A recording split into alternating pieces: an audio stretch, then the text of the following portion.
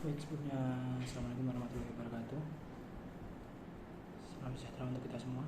Bertemu lagi dengan saya Aldi Nugroho Saputra, mahasiswa kampus Universitas Bina Sarana Informatika, kelas 12 2C 09, Prodi Sistem Informasi. Baik, di pertemuan yang ketiga ini saya akan menjelaskan tentang developing an algorithm, defining the problem. Langkah pertama dan salah satu yang paling penting adalah mendefinisikan masalah. Ini melibatkan membaca dan membaca ulang masalah dengan cermat sampai Anda benar-benar memahami apa yang diperlukan. Untuk membantu analisis awal ini, masalah harus dibagi menjadi 3 komponen terpisah. Yang pertama ada input, daftar data yang disediakan untuk masalah. Lalu yang kedua ada output, daftar output yang dibutuhkan. Yang ketiga pemrosesan, daftar data yang diperlukan untuk menghasilkan keluaran yang diperlukan.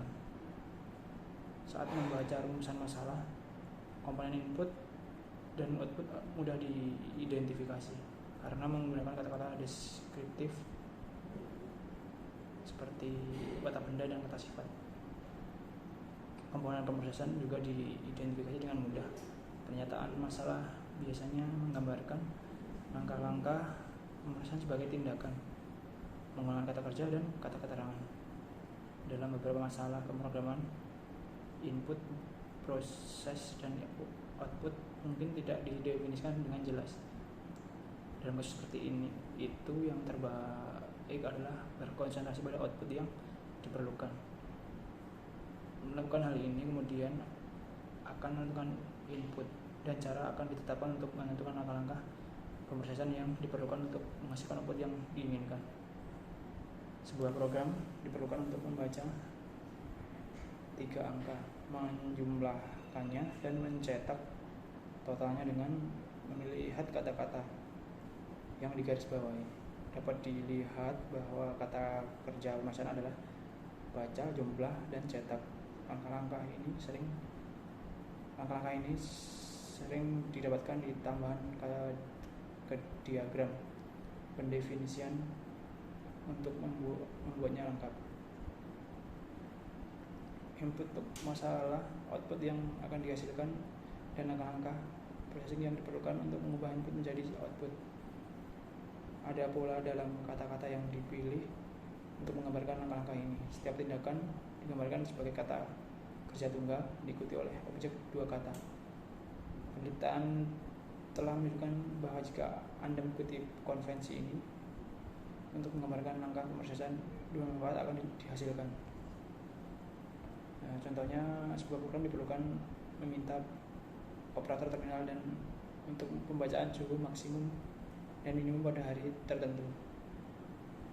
Menerima pembacaan tersebut sebagai bilangan bulat dan menghitung penampilan ke layar satu rata-rata dihitung dengan suhu maksimum atau suhu minimum ditambah suhu minimum. Pertama menetapkan komponen input dan output dengan menggarisbawahi kata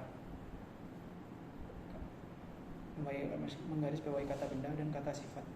Dalam pernyataan masalah, sebuah program diperlukan untuk meminta operator terminal untuk maksimum dan minimum suhu pada hari tertentu.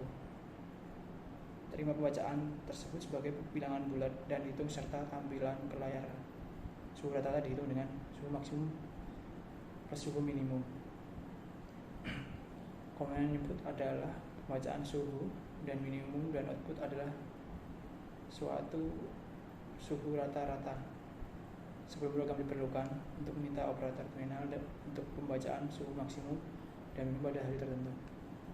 Menerima pembacaan tersebut dengan sebagai bilangan bulat dan menghitung dan menampilkan ke layar suhu rata-rata. Dihitung dengan suhu maksimum tambah suhu minimum. Kata kerja pemrosesan adalah prompt, get, upload, dan display. Dengan menemukan objek terkait dari kata kerja ini, diagram pendefinisian sekarang dapat diselesaikan sebagai berikut. Input max underscore time Berikutnya ada input min underscore temp, processing from suhu, get suhu.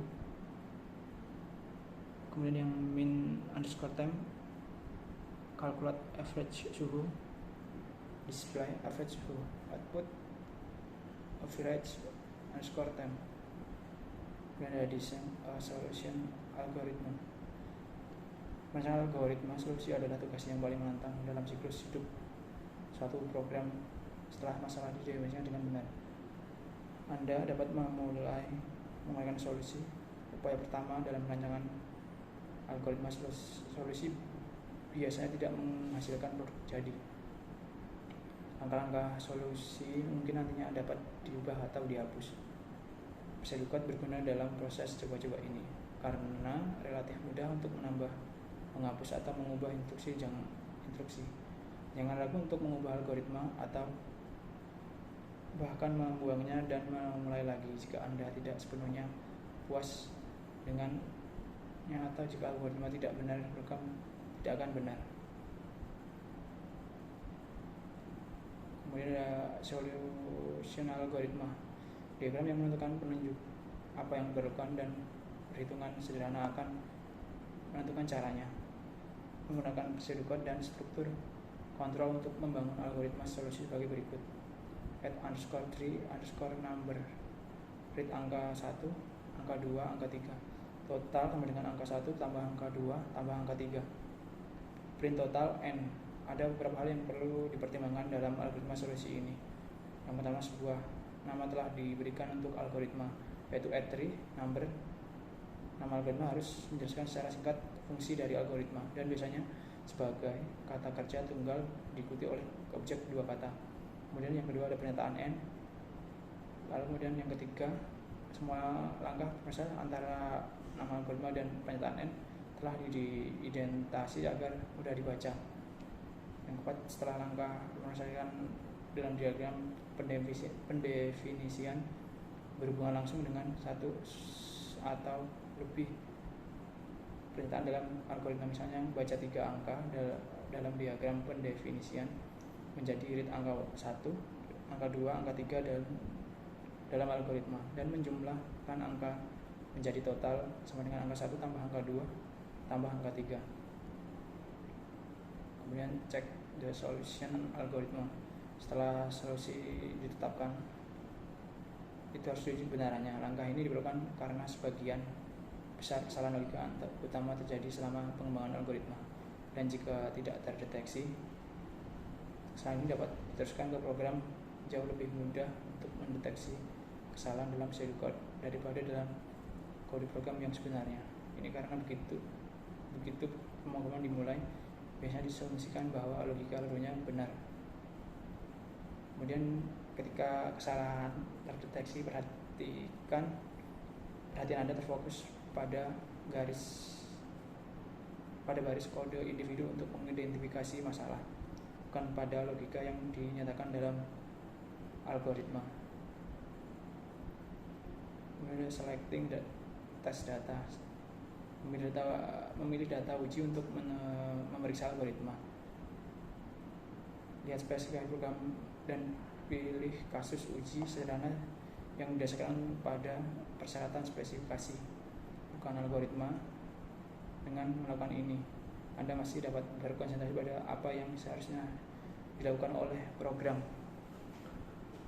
Untuk memeriksa algoritma, Anda hanya memerlukan beberapa kasus uji sederhana yang akan mengikuti jalur utama logika algoritma.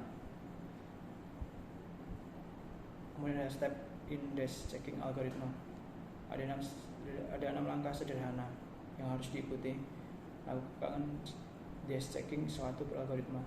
Yang pertama, pilih kasus uji input sederhana yang valid. 2 atau 3 kasus biasanya cukup. Kemudian yang kedua, ada tetapkan hasil sederhana yang diharapkan untuk setiap kasus uji. Kemudian yang ketiga, ada buatlah tabel pada selembar kertas dari nama variabel yang relevan dan dalam algoritma. Kemudian yang keempat, jalankan kasus uji pertama melalui algoritma baris demi baris simpan catatan langkah demi langkah dari setiap variabel dalam tabel saat data melewati logika. Yang kelima, ulangi proses work through menggunakan kasus data uji lainnya hingga algoritma telah mencapai akhir logisnya. Kemudian yang keenam, periksa apakah hasil yang ditetapkan pada langkah 2 cocok dengan hasil aktual yang dikembangkan pada langkah 5. Yang kemudian ada dash checking. Checking ini yang seharusnya memakan waktu tidak lebih dari beberapa menit. Anda sekarang dapat melanjutkan untuk mengkodekan algoritma ke dalam bahasa pemrograman. Lalu kemudian perhatikan bahwa jika pada akhir dash checking hasil aktual tidak sesuai dengan hasil yang diharapkan, algoritma mungkin berisi kesalahan logika. Dalam hal ini perlu diperiksa kembali ke algoritmanya, lalu perlu perbaikan kesalahan. Sebenarnya adalah mendefinisikan masalah dengan membuat defining diagram, membuat algoritma solusi menggunakan pseudocode, dash check algoritma menggunakan 2 kasus uji yang valid. Sekian presentasi dari saya, kurang lebihnya mohon maaf. Wassalamualaikum warahmatullahi wabarakatuh.